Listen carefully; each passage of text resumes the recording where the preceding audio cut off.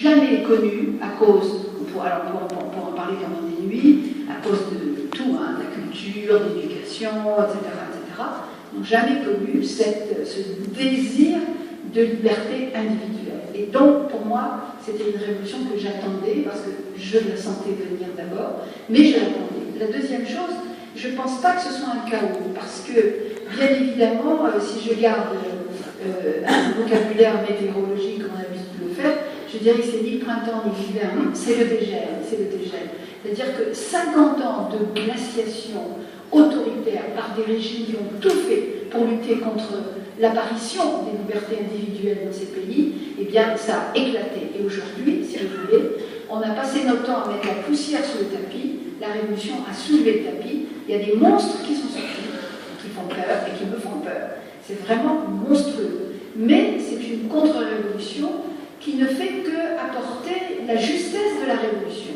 qui fait, à mes yeux, qui appuie et qui met en lumière l'importance de...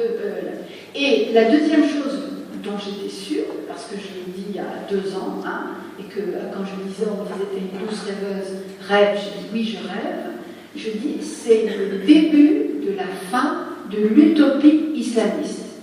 Et pour les personnes de ma génération qui savent très bien ce que c'est qu'une utopie et les dangers qu'elle peut porter en elle, eh bien, je peux vous dire que dire ici, là, maintenant, qu'on est à la fin de l'utopie islamiste, ça ne veut pas éliminer le fait de la violence islamiste, du pouvoir islamiste qui reste encore en place dans les populations, etc.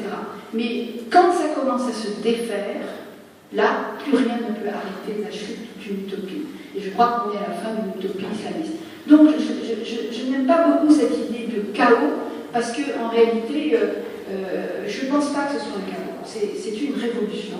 Et ça ne se fait pas dans le calme et dans l'ordre, ça se fait sans doute dans le désordre établi. Il est en train de mettre le désordre dans l'ordre établi, mais ce n'est pas un chaos. Et on retrouve ce que vous dites un peu de Roger, c'est-à-dire que vous n'aimez pas le regard cynique sur les révolutions. On sent que vous y sentez la patte quelque part quand même d'un espoir dans cette incertitude. Oui, vous y et voyez ce que je voulais dire des choses porteuses de sens. Par rapport au livre, si j'ai choisi la fiction au lieu de choisir des analyses géopolitiques, disons, c'est que je pense que ce qui est le plus important, et là je rejoins ce que pense aussi Ayad Ben Achour, qui était le président de la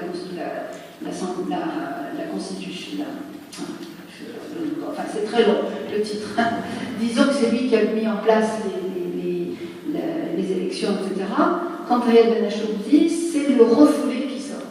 Et ce qui m'avait intéressé en demandant à des écrivains de tous les pays arabes, 43 écrivains, d'écrire, c'est je leur ai dit, faites des fictions, allez jusqu'au bout de votre imaginaire. Qu'est-ce que c'est que la révolution? Et on a comme ça 43 nouvelles tout à fait étonnantes, parce que d'abord, et ça j'en étais presque sûre, et c'est arrivé, 80% sont sur des problèmes sexuels. Et dans cette révolution, il y a de ça. Hein. La liberté sexuelle, elle est là, elle est dans ce chemin, comme la liberté de conscience. Les jeunes se sont révoltés pour la liberté sexuelle, pour la liberté religieuse, plus que la liberté religieuse, la liberté de conscience. Et c'est ça que je vois dans cette révolution. Même s'il y a des images qui sont un petit peu... mais ça, c'est un peu là. Je ne veux pas, à la demande de grands journalistes comme vous deux, je ne vais pas me mettre à attaquer la presse, mais quand tout à l'heure, il y a une dame qui est venue me voir en disant vous êtes algérienne? J'ai dit oui, je suis algérienne. Et vous habitez où? Alger? Et vous sortez comme ça, Alger? J'ai dit oui. Vous mettez des pantalons, Alger? Oui. Vous n'êtes pas voilée? Non. C'est-à-dire, il y a vraiment des images qui aveuglent. Hein, c'est une dame d'ici, qui habite ici, qui lit pas de journaux spécialisés ni de revues. Et je crois que c'est ça qui est intéressant, c'est de montrer que la chose que j'aime pas, c'est le regard européen, n'est-ce pas, qui a de tout temps, parce qu'on aujourd'hui, ethnicisé nos vies politiques. C'est-à-dire que pour les Européens, il ne peut y avoir de révolution comme la révolution à la Khomeini. Il ne faut pas oublier que Michel Foucault, qui est un grand intellectuel, a donné un certificat de révolutionnaire à Khomeini. Et donc, pour beaucoup de Français, d'Anglais et d'Européens, n'est-ce pas? Les seules révolutions qui étaient possibles dans ces pays, c'était une révolution islamique. Et ils nous ont tous demandé de travailler avec les islamiques. Mais vous devez faire la démocratie avec les islamiques. Mais on leur disait, c'est pas possible, parce que les islamiques ne sont pas démocrates. Ils ne prennent pas le pouvoir pour faire de la politique, ils prennent le pouvoir pour prendre le pouvoir. Et ils confondent hégémonie et majorité. Ils veulent aussi convaincre la minorité de leur. Donc c'est tout, si vous voulez, ce processus qui s'est mis en place. Et je pense que je garde beaucoup d'espoir pour les révolutions. La dernière nouvelle dont vous avez parlé sur Ennahda, qui accepte de quitter parce qu'ils sont obligés de le faire, parce qu'ils reculent depuis le début. Depuis le début, ils reculent. C'est pas seulement aujourd'hui. Quand ils ont voulu mettre le mot complémentaire dans la Constitution, eh bien, les femmes sont descendues dans la rue, les hommes sont descendus dans la rue, ils ont été obligés de reculer. Ils sont incapables de gouverner dans un pays démocratique. Et on va bientôt s'en rendre compte. Alors, élan libertaire, dit voici la personne. Malheureusement, dans cette troisième phase, on ne sait plus des révolutions. Qu'est-ce qui fait sens pour vous? Écoutez, bon, bien sûr, là on est dans la troisième phase. La première phase a été faite par des révolutionnaires qui demandaient la liberté, mais aussi le pain, et la justice, la dignité, Karama, la dignité, et puis le pain aussi, hein, quand même, il ne faut pas l'oublier. La seconde phase a été celle de l'islamisme, et aujourd'hui la troisième phase est celle de la contestation de l'islamisme, et donc il y a quelque chose qui est en train de se dégager. Bon, la Syrie,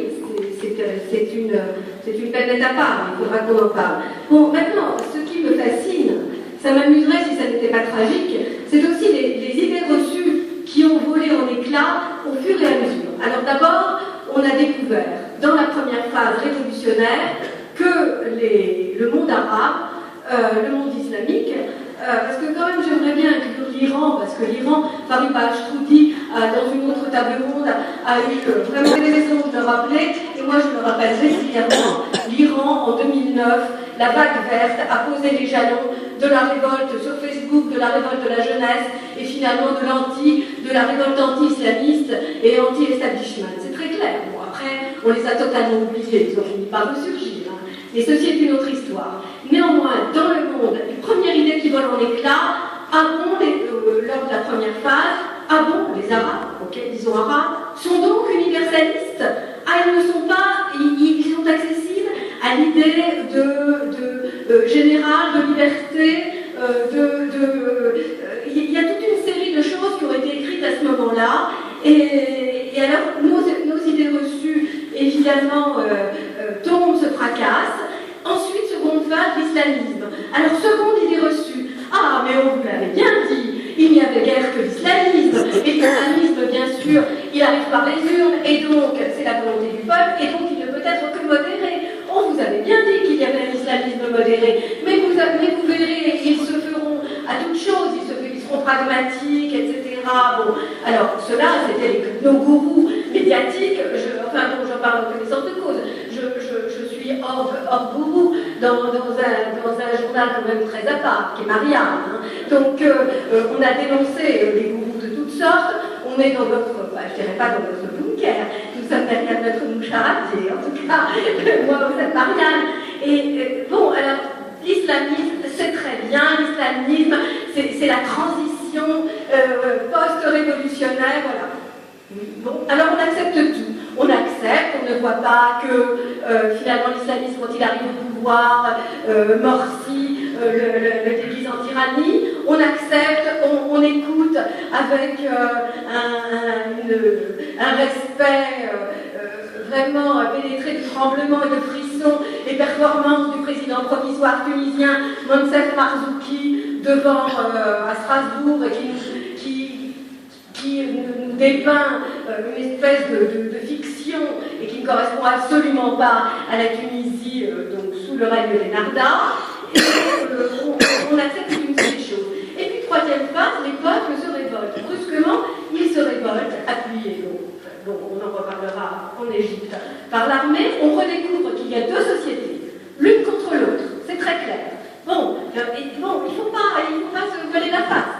En Tunisie, bien sûr, en Tunisie, il y a des négociations parce que c'est un peuple de négociation.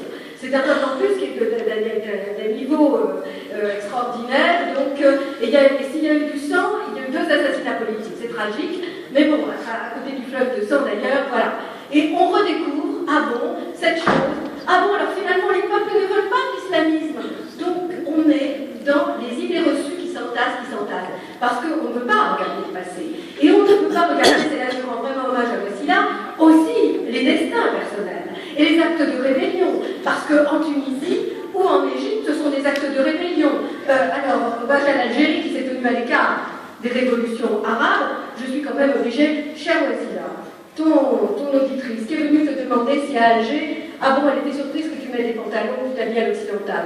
Oui, alors d'accord, mais je suis quand même obligée de répéter ici, parce que je ne veux pas que l'Algérie soit tenue à l'écart, surtout en ta présence de ce débat, que comme je l'ai dit un peu plus tôt dans la journée, il y a une espèce d'islamisme sociétal qui a repris possession d'Algérie. Donc l'Algérie souffre en ce moment. Il y a le meilleur, ta tradition éclairée, ta tradition des Lumières, ta tradition de rébellion contre le grand voile noir et la cape noire de l'obscurantisme, mais il y a l'islamisme sociétal qui fait actuellement des ravages contre les femmes du Sud, des cas de sorcellerie qui m'ont été rapportés, de recours au sort, etc. Bon, alors, je ne vais pas monopoliser la parole. Je voudrais dire simplement que tout ce qui était dans le monde islamique, toutes les contradictions ont éclaté, y compris en Syrie, où nous ne voulions pas voir dès le départ, c'était une guerre civile, que de toute façon, les chrétiens, bien entendu, étaient menacés, tout éclate. Et maintenant, oui, moi je crois que s'il y a une lumière, elle est au bout de la bataille pour la liberté de conscience d'un côté et pour le pain et la dignité de l'autre. Ne sous-estimons pas les facteurs économiques. Très bien. Dans tout ça, où est-ce que vous avez envie en ce moment, je dis bien en ce moment, de porter le regard, de vous éclairer, de vous faire comprendre un petit peu ce qui se joue dans ces forces tectoniques qui remuent actuellement? Moi, je dirais qu'il faut regarder de près ce qui se passe au sein des peuples. J'étais très sensible parce qu'il y a aussi là sur la fiction, le roman comme moyen d'expression, parce qu'au-delà des analyses cartésiennes, rationnelles, les prévisions diplomatiques de ce qui va se passer dans tel ou tel pays, dans l'ensemble du monde arabo-musulman, en extrapolant les leçons du passé, on sait très bien qu'on a été voué à l'échec.